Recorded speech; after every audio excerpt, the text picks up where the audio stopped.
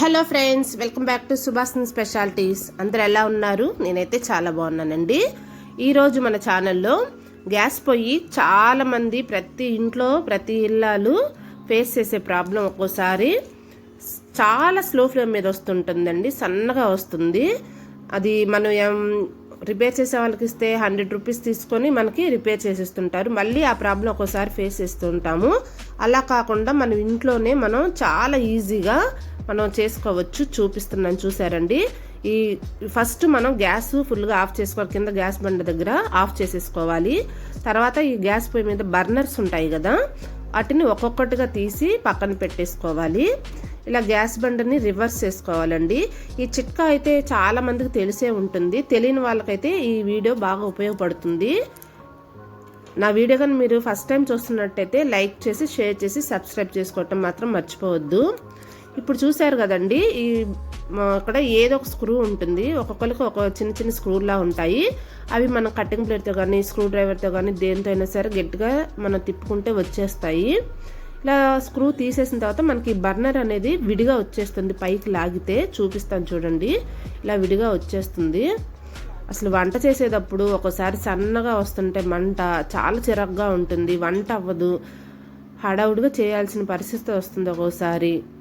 అలాంటి వాళ్ళకి బాగా యూజ్ అవుతుంది. ఇక్కడ చిన్న స్క్రూ కనిపిస్తుంది కదా, ఆ స్క్రూలో మధ్యలో చిన్న హోల్ ఉంటుందండి. ఆ హోల్లో మామూలుగా అయితే మనం ఇలా పిన్నిస్ పెట్టి కానీ, లేదా చిన్న సూదులు ఉంటాయి కదా, ఆ సూదు పెట్టి కానీ మనం ఇలా పెట్టేసి క్లీన్ చేసుకోవచ్చు. లేకపోతే మనం ఇలా విడిగా కూడా తీసుకోవచ్చు, బాగా క్లీన్ అవుతుంది అనుకుంటే. ఇలా నేనైతే స్క్రూ డ్రైవర్ పెట్టి తీస్తున్నాము. దాదాపు ఈ పొయ్యి కొనైతే దాదాపు 22 years వరకు అవుతుందండి. అప్పటి నుంచి ఈ మెథడ్ ఫాలో అయ్యే ఇది రిపేర్ చేసుకుంటున్నాము. మామూలుగా అయితే మాదైతే 2-3 times వరకు మార్చాల్సి వచ్చింది. కానీ ఇది పొయ్యి మా మదర్ వాళ్ళది. వాళ్ళు అప్పటి నుంచి ఈ చిట్కా పాటిస్తున్నారు. ఇది చూసారా, ఈ చిన్న స్క్రూ, ఈ స్క్రూలోనే మనకి ఏదైనా వాటర్ వెళ్ళినా లేదా చిన్న చిన్న డస్ట్ వెళ్ళినా కూడా మనకి స్లో ఫ్లేమ్లో వస్తూ ఉంటుంది. మంట కూడా ఒక్కోసారి ఆరిపోతూ అలా వస్తూ ఉంటుంది. ఈ స్లో ఫ్లేమ్గా వచ్చేది మెయిన్ ఇదేనండి రీజన్, ఈ స్క్రూనే. దీంట్లో చక్కగా సూది ఇలా కానీ ఇలా పెట్టేసి చక్కగా క్లీన్ చేసుకున్నామంటే డస్ట్ అంతా పోతుంది.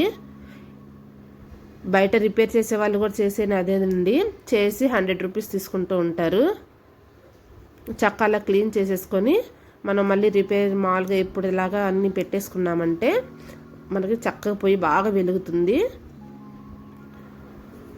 ఒకసారి వంట చేసేటప్పుడు స్లో ఫ్లేమ్గా వచ్చిందంటే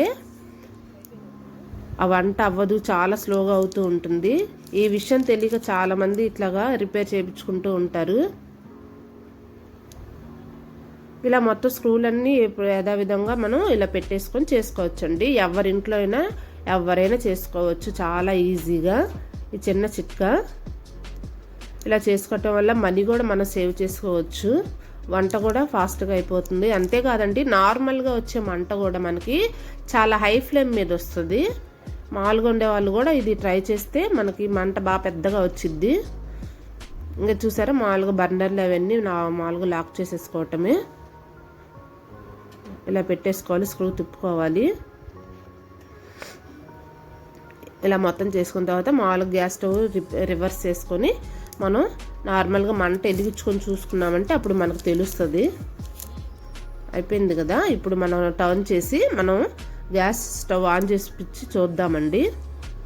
ఇదిగో చూసారు కదండి, నార్మల్గా అయితే మనకి ఇలా పొయ్యి హై ఫ్లేమ్ మీద పెట్టినా కూడా ఇంత మంట రాదు. చూసారా, చిన్న పొయ్యి చూసారా, చాలా ఎక్కువగా మంట వస్తుంది. ఇలా క్లీన్ చేసుకోవటం వల్ల మన గ్యాస్ బాగా హై ఫ్లేమ్ మీద పెట్టుకుంటే చాలా పెద్ద మంట వస్తుంది. ఈ వీడియో మీకు నచ్చినట్టయితే లైక్ చేసి, షేర్ చేసి, సబ్స్క్రైబ్ చేయడం మాత్రం మర్చిపోవద్దు. ఈ విధంగా ప్రతి ఇంట్లో ప్రతి ఇళ్ళలో కూడా చేసుకోవచ్చండి. Thank you for watching.